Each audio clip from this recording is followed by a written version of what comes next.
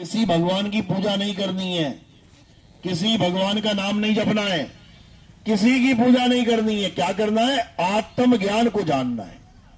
आत्म ज्ञान का क्या मतलब होता है? जहां पर आत्म शब्द जुड़ जाए वहां पर सारी सृष्टि खत्म हो जाती है और तुम ही तुम रह जाते हो।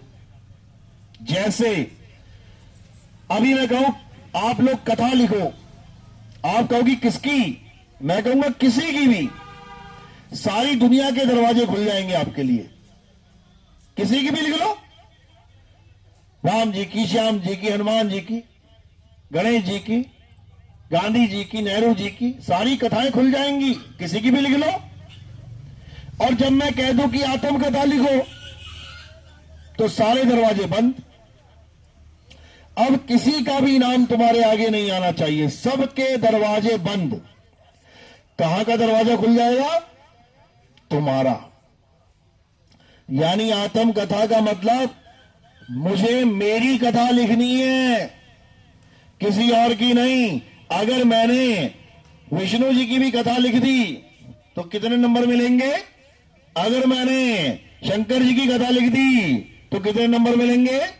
अगर मैंने राधे राधे की कथा लिख दी तो कितने नंबर मिलेंगे? जीरो।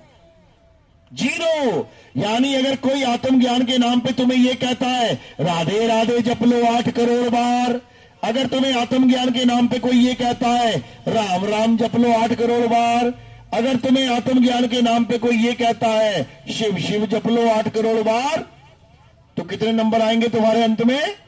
जीरो। जीरो आएंगे, फेल हो जाओगे। फिर मत कहना मैंने तो भगवान के नाम जपे थे। अरे भगवान के नाम ही तो नहीं जपने थे, इसीलिए जीरो मिले हैं। कौन सा नाम जपना था? निज नाम।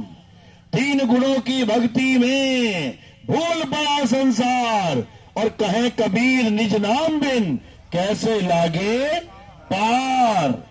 अब निज नाम का मतलब ये नहीं है तुम्हारे अब्बू ने तुम्हें नाम दे दिया, वो भी तुम्हारा निज नाम नहीं है। क्यों? क्योंकि वो नाम आदमी और औरत का है, तुम्हारा नहीं है। तुम एक जीव हो, आदमी औरत नहीं हो। एक जीव आदमी की भी शरीर चला सकता है, औरत की भी शरीर चला सकता है। एक जीव चूहे का शरीर चला सकता है, वेल मछली का चला सकता है। एक जीव अमीबा पैरामीशियम का चला सकता है, और बड़े से बड़े डायनासोर का भी चला सकता है। ये जीव है जो ना आदमी है ना औरत है। अब इस जीव का नाम क्या है? ये अपना नाम भूला बैठा है बेचारा, अपना नाम भूल गया है और दुनिया भर के नाम पकड़ के बैठ गया है। अब क्या करना है? बाकी नाम छुड़वा देने हैं। एक छुड़ाए एक लखाए, इसको इसका निज नाम बता देना है। क्या है? बुल्ले शाह कहता है ना, क्या बोल रहे हैं? ना मैं भेद मजबदा पाया, ना मैं आदम हब्बा जाया। एक मुसलमान कह रहा है कि मैं आदम और हब्बा की औलाद नहीं हूं मैं। एक भी मुसलमान ये नहीं कह सकता कि हम आदम और हब्बा की औलाद नहीं है, लेकिन बुल्ले शाह कह रहा है। क्यों कह रहा है? कारण क्या है? क्योंकि उसे तत्व ज्ञान हो गया। उसने जब ये जान लिया कि मैं तो एक आत्मा हूं, अजर अमर अविनाशी आत्मा हूं। जब मैं अजर अमर अविनाशी आत्मा हूं तो मैं किसके यहां से पैदा हो गया और कब मरूंगा? भाई मैं किसके घर पैदा हो गया और कहां मरूंगा? मैं ना मैं कभी पैदा हुआ, ना मैं कभी मरूंगा। ये ज्ञान हो गया बुल्ले शाह को। तो बुल्ले शाह कहते हैं बुल्ला की जाना मैं कौन। सुना होगा ये भजन, गाना सुना होगा, कई लोगों ने गाया है। बुल्ला की जाना मैं कौन, यानी बुल्ला क्या जाने कि मैं कौन हूं। बुल्ला तो अपने आप को बुल्ला समझ रहा था, लेकिन गुरुजी ने बता दिया कि तू बुल्ला नहीं, तू पुल्ला है। पुल्ला, पुल्ला यानी भूल गया अपने आप को। अब तुझे याद कराएंगे कि तू क्या है। यही बाबा नानक समझा रहे हैं। कह रहे कहे नानक ये तेरी वडेआई, कोई नाम न जाने मेरा, मेरा कोई नाम नहीं जानता। अब आप कहेंगे क्यों नहीं जानता, दुनिया जानती है उनका नाम नानक था। वो नानक नाम उनका है ही नहीं। नानक नाम है शरीर का और नानकी नाम है शरीर का। ना नानक आदमी ना नानकी औरत, ये दोनों कौन है? आत्मा है। इसी प्रकार तुम भी ना आदमी ना औरत। समझ लो, मूंछों पे ताव देख के मैं तो आदमी हूं, मांग में सिंदूर भर के मैं तो औरत हूं। बेवकूफ बना दिया मन और माया ने, मूर्ख बना दिया मन और माया ने। याद रखो, ये मन श्रीमन बना बैठा है और मति श्रीमती बनी बैठी है।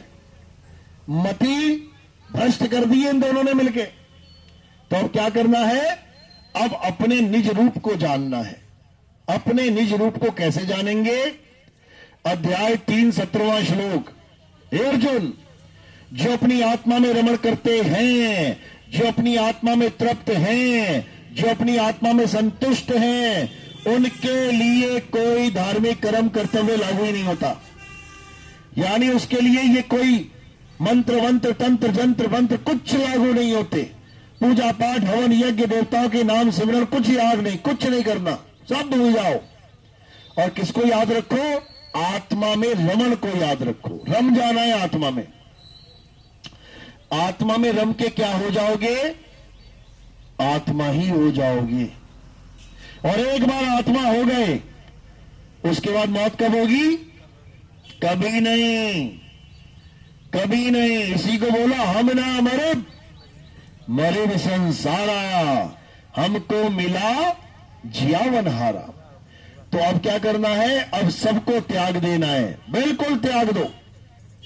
हिंदू है तो राम राम त्याग दो, मुसलमान है तो अल्लाह अल्लाह त्याग दो, सिख है तो वाहिगुरु वाहिगुरु त्याग दो, ईसाई है तो गॉड गॉड हालेलुया हालेलुया त्याग दो। मतलब इन नामों को त्याग दो। जपो मत, प्रेम करो, जपो मत। जपना त्याग दो। अब क्या करना है? अब हिंदू राम को ढूंढे कि राम है क्या और मिलेंगे कहां। मुसलमान अल्लाह को खोजे, अल्लाह है कहां, मिलेंगे कहां। यह मत सोचना कि अल्लाह कभी नहीं मिलता किसी को। मूसा अलैहिस्सलाम पहाड़ पे चढ़ के अल्लाह से बातें करने जाते थे, तो बातें कर सकते तभी तो जाते थे। लेकिन तुमने ये मान लिया कि नहीं, अल्लाह से कोई बात ही नहीं कर सकता। अरे वो करते थे, उनके पास जुक्ति थी, तुम्हारे पास नहीं है इसलिए नहीं हो पाती। इसी को समझाया जा रहा है। मुसलमान है तो अल्लाह अल्लाह जप मत। अल्लाह को ढूंढ कहां है और कैसे ढूंढ पाएगा? जब किसी कामिल मुर्शिद की शरण में जाएगा। केवल मुर्शिद से काम नहीं बनेगा, यानी केवल गुरु से काम नहीं बनेगा। जी मेरा गुरु कौन है जी? तेरा गुरु कौन है जी? मेरे गुरु जी पंडित जी हैं, मेरे गुरु जी पुरोहित जी हैं, मेरे गुरु जी वृंदावन में बैठे राधे राधे कर रहे हैं। ये सब गुरु जी हैं, इनमें से एक भी सतगुरु जी नहीं है। यानी ये मुर्शिद है, कामिल मुर्शिद नहीं है। ये गुरु है, सतगुरु नहीं है। क्योंकि ये कुछ ना कुछ नाम जपने को देते हैं। सतगुरु नाम छुड़वा देता है, पूरा गुरु नाम छुड़वा देता है, अधूरा गुरु नाम पकड़ा देता है। ये फर्क है दोनों में। तो कह रहे सोई गुरु पूरा कहावे, 2 अक्षर का भेद बतावे। कौन से 2 अक्षरों का भेद?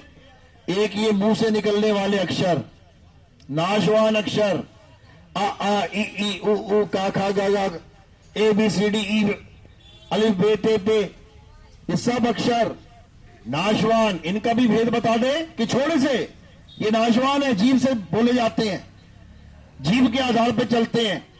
52 अक्षर जीभ आधारा, आदि अक्षर जीभ्या से न्यारा। छोड़ दे इसको। तो क्या करें? दूसरे अक्षर को पकड़। दूसरा अक्षर कौन सा है?